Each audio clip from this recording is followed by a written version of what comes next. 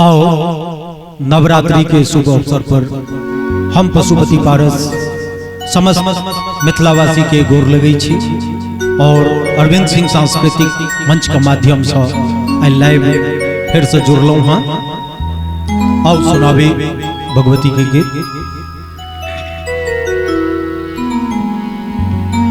है ये बहिना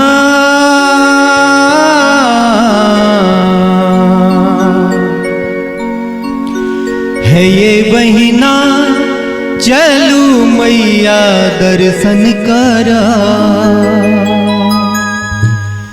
जल लका फूल लका है तई नहीं बेजे। है ये बहिना चलू मैया दर्शन करा। जल लका फूल लका है तई नहीं बेजे। है ये बहिना है ये बहिना है ये बहिना।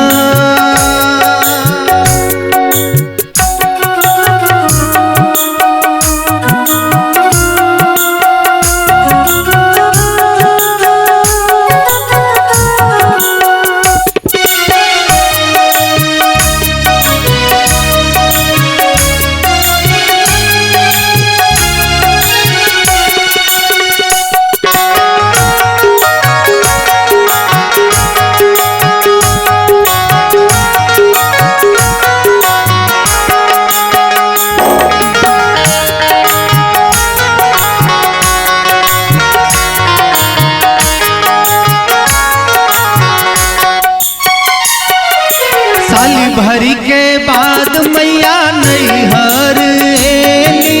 सोलहो सिंगार मैया सबके देखे।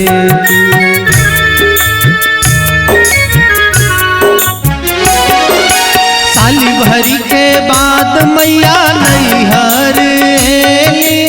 सोलहो सिंगार मैया सबके देखे थी। सब मिल आबै सब मिल आबै जाओ सब मिल गाबै जाओ मैया जी के गुणगान। है ये बहिना चलू मैया दर्शन करा। जल लका फूल लका है तैने बेजे। है ये बहिना है ये बहिना है ये बहिना।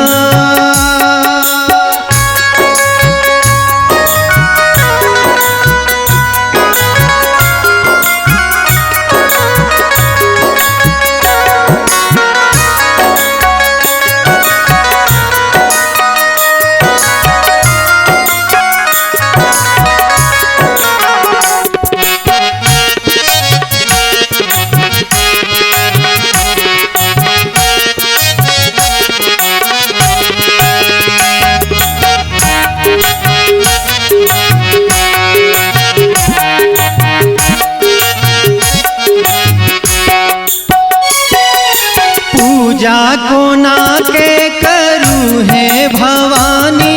बड़ी कष्ट में छी कतेक हम कानी।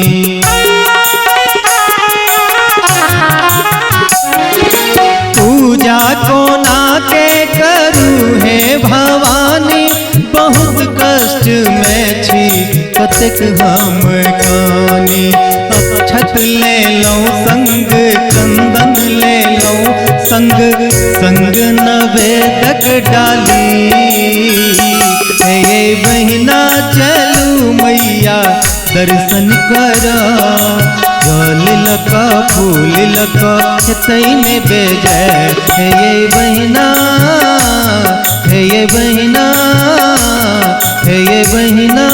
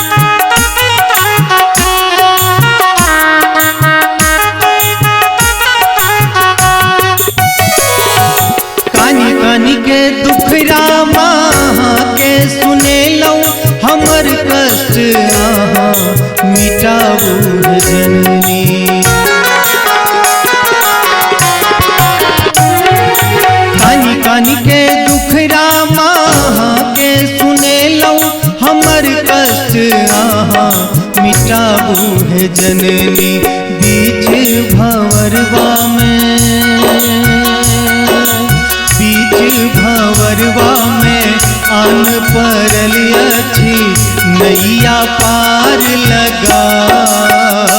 हे बहिना चलू मैया दर्शन करा, जल लगा फूल लगा है तैने बेजे। हे बहिना चलू मैया दर्शन करा, जल लगा फूल लगा है तैने बेजे। हे बहिना चलू मैया दर्शन करा, जल लगा फूल लगा है तैने बेजे। हे बहिना, हे बहिना, हे बहिना।